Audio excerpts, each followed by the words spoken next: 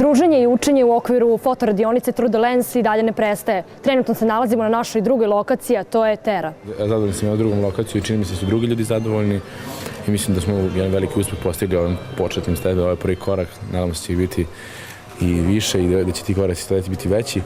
Does this location have a lot of potential for taking pictures? Definitely, yeah. What is the most interesting here? I think the work and the people and the old architecture of it. Pa, zanimljivo je zbog senki uopšte, toliko različitih oblika i materijala i zbog toga upravo zanimljivo.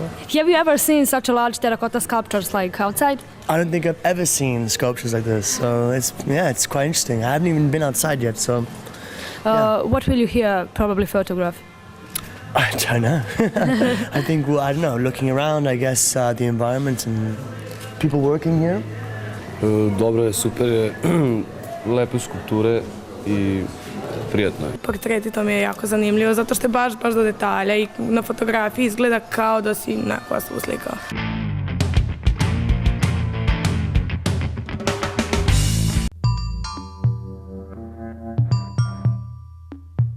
Poslednji predavač u okviru radionice Through the Lens održat će svoje predavanje i prikazati svoje fotografije.